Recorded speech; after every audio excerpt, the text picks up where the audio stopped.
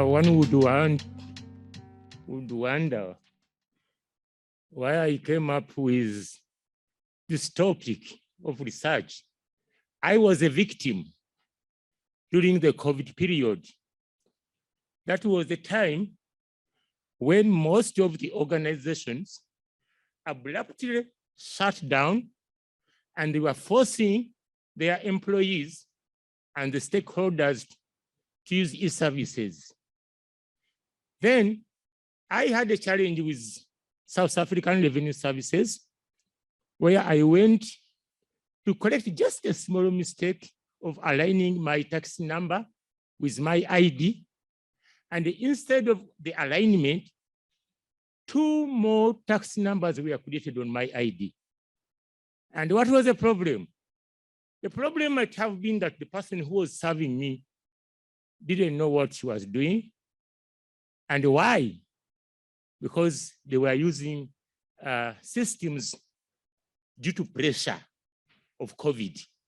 So this, to me, it aligned so well with the situation which was going on of COVID, and at the same time, with the push of the revolution of the fourth industrial revolution, of the technology, Big Bang, that leads us to the fourth industrial revolution.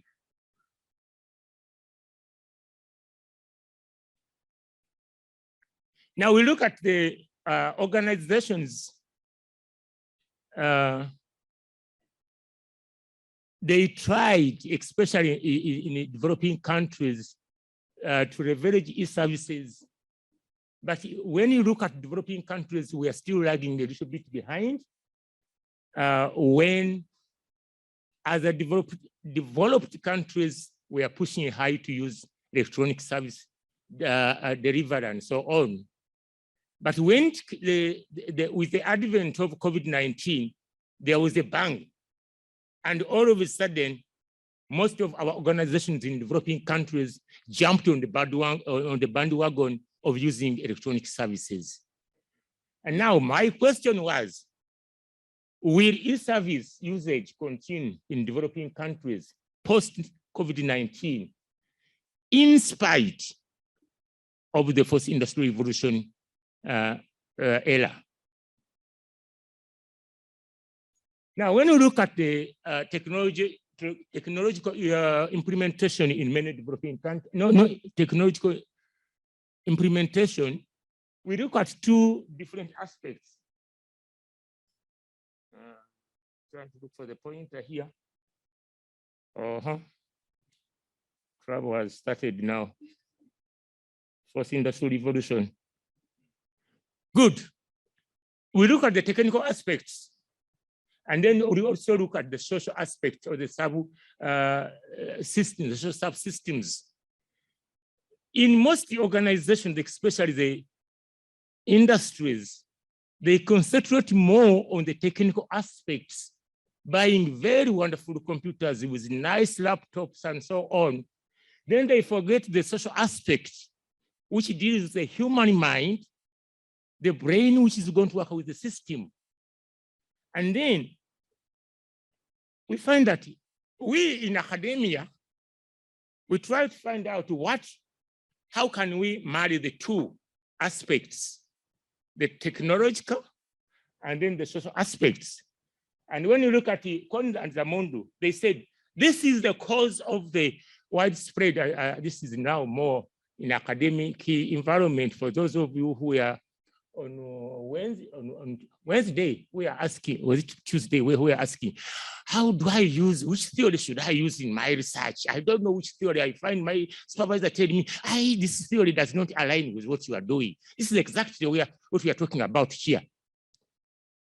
Where did this amalgamation of these theories, the total of the fragmented theories, where did it come from? This is coming from this dilemma of understanding or trying to marry the 2 aspects of technological and social aspects, trying to include the behavior of the individuals who are going to use the system, and also include the technological aspects of the use of technology. Now, I'm not there, My worry was, will we continue to use this technology? And if we are to continue using this technology, what do we need to do? One, with our people who are going to use the technology within our settings as in the environment, and the stakeholder. As you are busy in your industries trying to buy new computers, forcing your employees to use electronic services, the stakeholder, the person where you are delivering the services is suffering. I was a victim. And remember, I'm a professor of IT, but I was suffering. Now, what about the lay person? Because sometimes when I go in this organization, I look at the point whereby I even try to tell these people, you know, guy, me, I can help you to help you to do your work when you are helping me. I do that a number of times.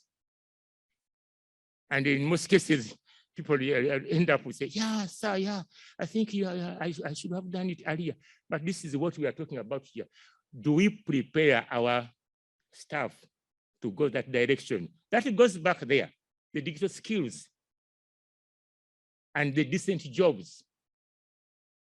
What can we do in this fourth industrial revolution era to maintain our employees, to keep their jobs, and at the same time, the stakeholder is still receiving the services the way they are supposed to receive services, so that the next morning, there's no toying and powering dusty bins in the streets. So we talk of the continuous usage here is due to satisfaction, this confirmation of needs expectation. And this is also due to whether people are satisfied with the system, whether the people were happy, whether they saw the system being useful for them. And then they can say now, even when COVID disappears, I will be able to use the system. So we looked at the continuous use of technology. And here we are saying that the continuous use of technology is more to do with post-acceptance, not the current acceptance of the technology where you talk of the perceived ease of use, the perceived usefulness, whatever. No, after using it and then being forced to use it, are you happy with what you have been doing? That is what we will lead you to continually use that technology. And then in the next future, this technology can survive and you can be able to deliver the services to the people who need it. So we use the expectancy confirmation theory and then self-determination theory to review this. And then also we looked at the other factors, like in this case of COVID, there was exerted pressure. You need to provide the service. The customers increased the demand. Like the example of SARS I've told you, SARS says you are supposed to file your returns, but at the same time, they don't care whether you have ever used technology or no. But at the same time, their offices were closed. The layperson cannot go to their offices. So there's this demand and there's that pressure combined. Then at the same time, in normal circumstances, we have competitiveness and then the cognitive closure and so on. So other factors which can lead to this continuous usage, even word of mouth. Whereby if people say, no, this technology is doing wonders, is doing good, you go and tell somebody else, that is word of mouth, where people say, oh, I can also continue using this technology. So we come up with this theory, which was a combination of these other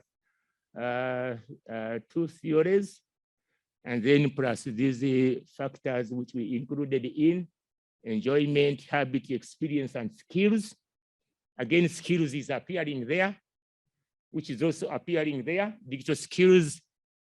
And now, if we let the digital skills be a moderating to moderate the behavior, then then you find you can be there.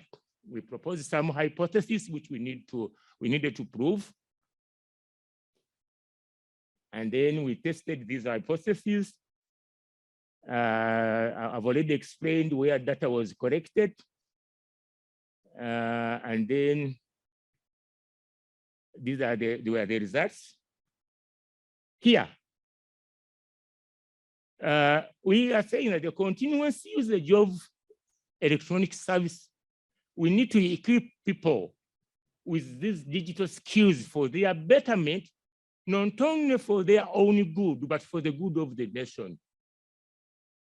And then, like in this case of technology, COVID will cease, but the first industrial revolution is on and it's not going tomorrow.